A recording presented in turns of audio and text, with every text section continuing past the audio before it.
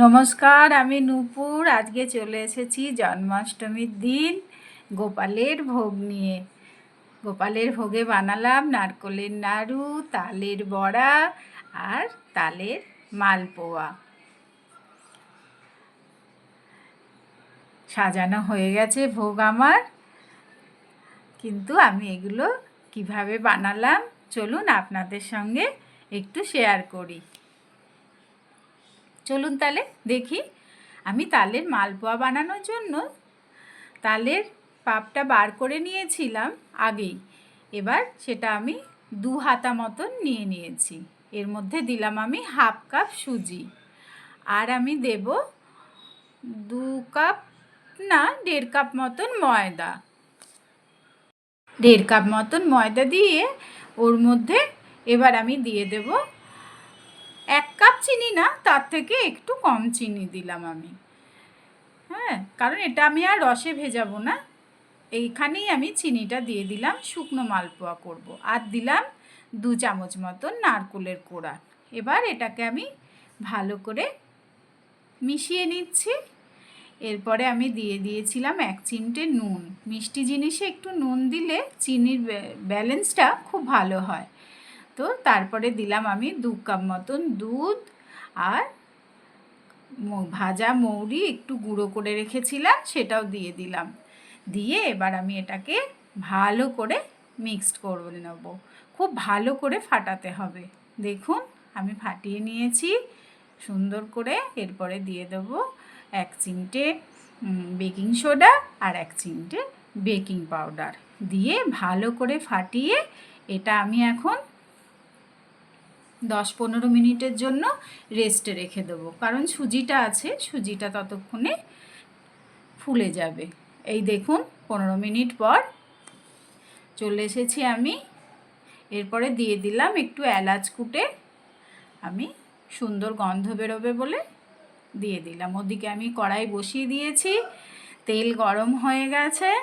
এবার আমি মালপোয়াগুলো ভেজে নেব। দেখুন হাতায় করে করে 1 হাতা করে দিয়ে দিচ্ছি। কি সুন্দর ফুলে উঠছে দেখুন, একটু খুব সুন্দর হয়। আর এটা গোপালের ভোগে দারুণ লাগে। গোপাল খুব পছন্দ করে আমার মনে হয়। আমার নিজস্ব গোপাল নেই, কিন্তু আমার গুরুদেব আছেন। আমি গুরুদেবের সামনে এই ভোগ প্রসাদ নিবেদন করি। তো এবার আমি মোটামুটি আমি যেরকম ভোগে দেব সেরকম কটা আমি আগেই ভেজে নেব, কারণ আমি সকালবেলায় স্নান করে ঠাকুর পরিষ্কার করে আগে ভোগেরগুলো করে নেব, তারপর যেগুলো থাকবে সেগুলো বাড়ির জন্যে করব।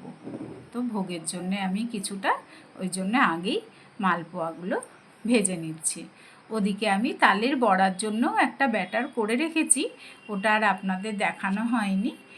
তো তালের ব্যাটারের এর আগে আমি তালের বড়া করেছি, ওরকমভাবেই ব্যাটার করে রেখেছি। হ্যাঁ, তো ঠিক আছে, দেখুন আপনারা কীরকম সুন্দর করে ফুলে উঠলো তালের মালপোয়াগুলো। এরপর আমি এই তেলের মধ্যেই তালের বড়াগুলো ভেজে নেব। বললাম তো ব্যাটারটা আগেই করে রেখেছিলাম। দেখুন আমি ঠাকুরের ভোগের মতন কিছু তালের বড়া আমি ভেজে তুলে নেব। এই আমি তুলে নিচ্ছি। জন্মাষ্টমীর দিন ঠাকুরের সামনে একটু ভোগ না দিলে হয়। এরপর আমি করে নেব একটু করে নারকোলের নাড়ু। দেখুন আমি নারকোল দিয়ে দিয়েছিলাম, 1/2 বাটি মতন নারকোল ছিল। এর মধ্যে আমি 4-5 চামচ চিনি দিয়ে দিয়েছি, আর দিয়ে দিলাম 1/2 কাপ মতন দুধ। এটা ভালো করে নেড়ে চেড়ে এরপর আমি এর সঙ্গে একটু গুঁড়ো দুধ মেশাবো। গুঁড়ো দুধ মেশালে খুব ভালো লাগে এই নারকোলের নাড়ুটা খেতে। তো গোপাল আজকে খুব সুন্দর করে খাবে, গোপালের জন্য স্পেশাল, ওই জন্য এটা। আর ওপর দিয়ে দিয়ে দিলাম আমি এলাচ থেতো করে রেখেছিলাম সেইটা।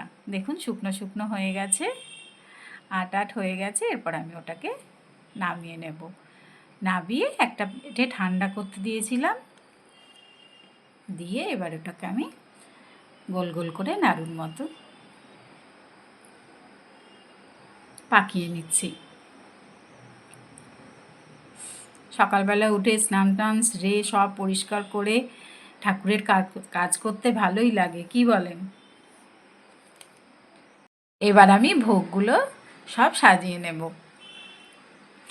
ভিডিওটা প্রথম থেকে শেষ পর্যন্ত দেখলেন, এই জন্য অনেক ধন্যবাদ আপনাদেরকে। আর কেমন লাগলো সেটা বলবেন।